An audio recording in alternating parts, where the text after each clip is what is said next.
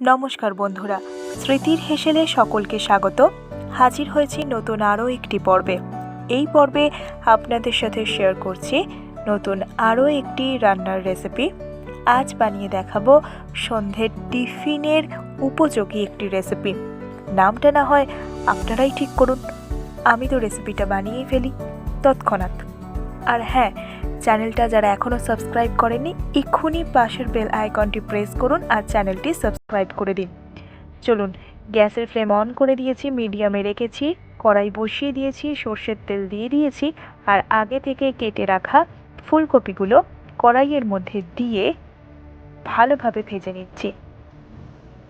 ফুলকপি দিয়ে দিচ্ছি টুকরো করে রাখা আলু। আমি এখানে দুটি মিডিয়াম সাইজের আলু ব্যবহার করেছি।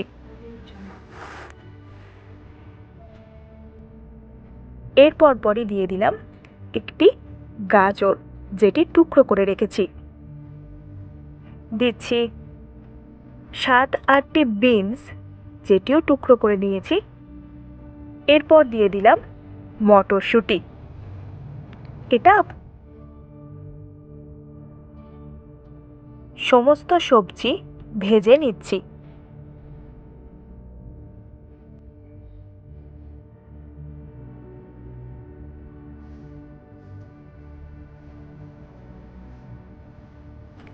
দিয়ে দিলাম আদা বাটা 1 চা চামচ। দিচ্ছি হলুদ গুঁড়ো 1 চা চামচ।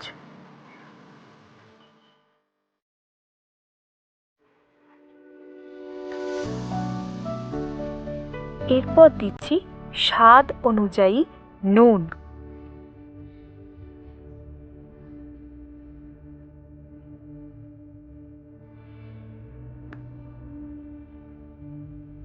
দিচ্ছি 1 চা চামচ চিনি।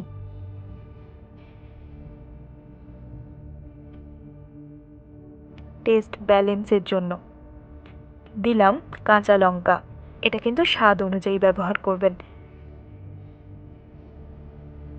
আপনারা কিন্তু এই জায়গায় লঙ্কা গুঁড়োও ব্যবহার করতে পারেন। দিয়ে দিলাম ড্রাই রোস্ট করে রাখা ধনে, জিরে এবং গরম মশলার একটি গুঁড়ো। এখন দিয়ে দিচ্ছি ধনেপাতা। সমস্ত সবজি যাতে সেদ্ধ হয়ে যায় তার জন্য দিলাম অল্প একটু জল। সেদ্ধ হয়ে গেছে, দেখতেই পাচ্ছেন একদম শুকনো শুকনো একটা পুর তৈরি হয়ে গেছে। এরপর নিয়ে নিয়েছি আটা এবং ময়দা। 2 ভাগ আটা এবং 1 ভাগ ময়দা এই হিসাবেও ব্যবহার করতে পারে, কিংবা পুরোটাই ময়দা ব্যবহার করতে পারেন বা পুরোটাই আটা ব্যবহার করতে পারেন, কিংবা আমার মতো 2 ভাগ ময়দা 1 ভাগ আটাও ব্যবহার করতে পারেন। দিয়ে দিলাম নুন। ময়ান দেওয়ার জন্য এখন দিয়ে দিচ্ছি সাদা তেল।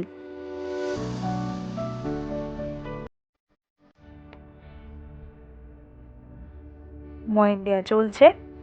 যখন ময়দা হাতের মুঠোর আকারের মধ্যে চলে আসবে সেই সময় বুঝতে পারবেন ময়ান দেওয়া কমপ্লিট। এবার অল্প অল্প জল দিয়ে লুচি বা রুটির জন্য যেমন ডো মাখেন সেরকমভাবে মেখে নিতে হবে।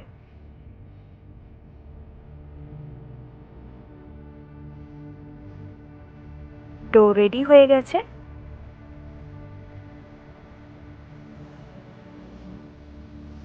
পরবর্তী পর্যায়ে লেচি কেটে নেওয়া হচ্ছে।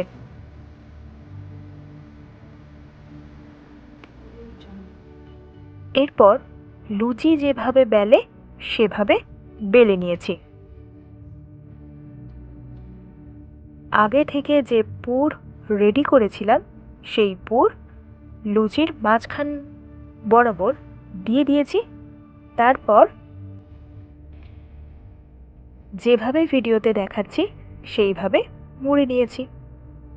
এই হয়ে গেছে একটি স্ন্যাক্স। এইভাবে বাকি স্ন্যাক্সগুলোও রেডি করে নিয়েছি। পুনরায় গ্যাসের ফ্লেম অন করেছি, কড়াই বসিয়েছি, দিয়ে দিয়েছি সাদা তেল।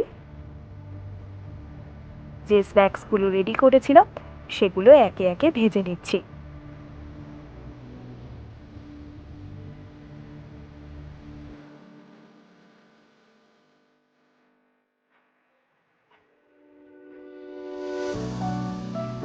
স্ন্যাক্স ভাজা চলছে, একদিক ভাজা হয়ে গেছে, অপর দিক উল্টে দিচ্ছি।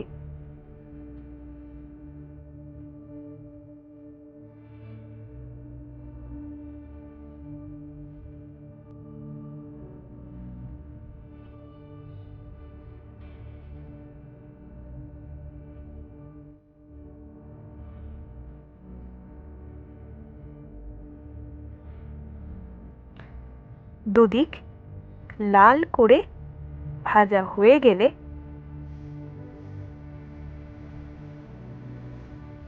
সেগুলি তুলে নিচ্ছি। ব্যাস, তৈরি হয়ে গেল সন্ধ্যের মজাদার টিফিন।